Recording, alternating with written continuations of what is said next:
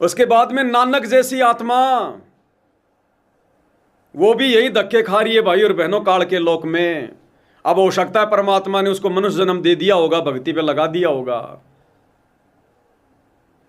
जब नानक को आभास हुआ वो सत्य पुरुष का दास हुआ। जब नानक को आभास हुआ वो सत्य पुरुष का दास हुआ।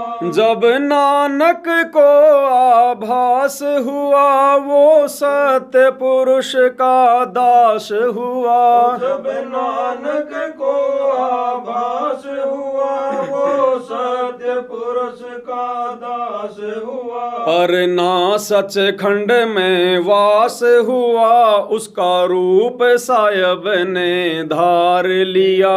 पर ना सच खंड में वास हुआ उसका रूप साहेब ने धार लिया। उस भगत ने पाड़ा जीत लिया सतगुरु को गोविंद मान लिया। उस भगत ने पाड़ा जीत लिया सतगुरु को गोविंद मान लिया।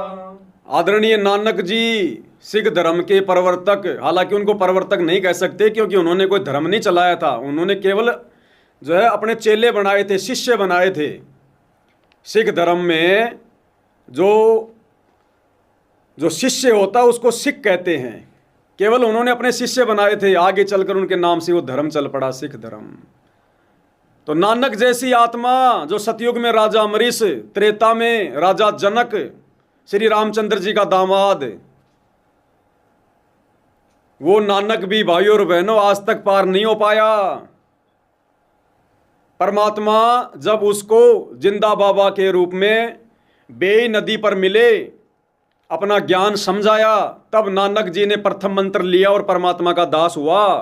जब नानक को आभास हुआ, पहले नानक जी ओम नाम का जाप करते थे, श्री विष्णु जी को भगवान मानते थे, लेकिन जब कबीर जी से ज्ञान लेने के बाद उनको आभास हुआ कि यह काल तो बहुत छोटी शक्ति है, ब्रह्मा विष्णु महेश तो बहुत छोटी शक्ति हैं, कबीर परमात्मा सबका बाप है, सत्य पुरुष है, तब नानक जी कबीर परमात्मा के दास हुए। जब नानक को आभास हुआ वो सत्य पुरुष का दास हुआ, पर ना सचखंड में वास हुआ। उस वास्तविक सतलोक में नानक जी नहीं गए। परमात्मा ने उस आत्मा को मिनी सतलोक में बैठा दिया, क्योंकि वो समय पार होने का नहीं था। उस समय नानक जी तत्व ज्ञान के अभाव में कबीर जी को, अपने गुरु को परमात्मा नहीं मान सकते थे, लेकिन अच्छी आत्मा थी, इसलिए परमात्मा ने मिनी सतलोक में बैठा दिया कि जब वो कलयुग की पिछली पीढ़ी का समय आएगा उसको मनुष्य जन्म दूंगा। और परमात्मा ने क्या किया, नानक जी की आत्मा को जब सतलोक दिखाकर वापस लाए, उनको तो मिनी सतलोक में बैठा दिया और नानक जी का रूप परमात्मा ने खुद धारण कर लिया और आगे सारी लीलाएं की। पर ना सचखंड में वास हुआ उसका रूप साहिब ने धार लिया। अन्यथा भाइयों और बहनों, कबीर परमात्मा के 650 साल पहले 64 लाख भगत थे, नियम मर्यादा सबके लिए समान थी। नानक जी भी तो कबीर परमात्मा के समकालीन थे, उन्हें 64 लाख में थे। फिर नानक जी ने जैसी जैसी जो सिद्धियां दिखाई आगे चलकर सतलोक देखने के बाद, बाला मर्दाना को बोले आंख बंद करो, अंतर ध्यान करके श्रीलंका ले गए, समुद्र पर चला रहे हैं।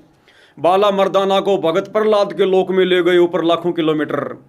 भगत कभी सिद्धियां नहीं दिखा सकता, अलाउ नहीं है। और ना भगत को सिद्धियां दिखाने के लिए परमात्मा कोई परमिशन देगा, ना भगत की सिद्धियां परमात्मा ऑन करेगा। अगर हम उनको एक आत्मा मान के चले कि वो नानक जी थे, तो भैया फिर तो उनकी मर्यादा टूट गई। उन्होंने तो मर्यादा तोड़ दी, नियम तोड़ दिए, अपनी सिद्धियां दिखाना शुरू कर दिया, तो मर्यादा तोड़ने वाला कैसे पार हो जाएगा फिर। लेकिन उन्होंने कोई मर्यादा नहीं तोड़ी, अच्छी आत्मा थी, परमात्मा ने मिनी सतलोक में बैठा दिया और फिर उनका रूप धारण करके उनके शरीर को काम में नहीं लिया, उसको तो भगवान ने अंतर ध्यान कर दिया, फुश। ये परमात्मा काल की तरह किसी के शरीर में बैठकर काम नहीं करता।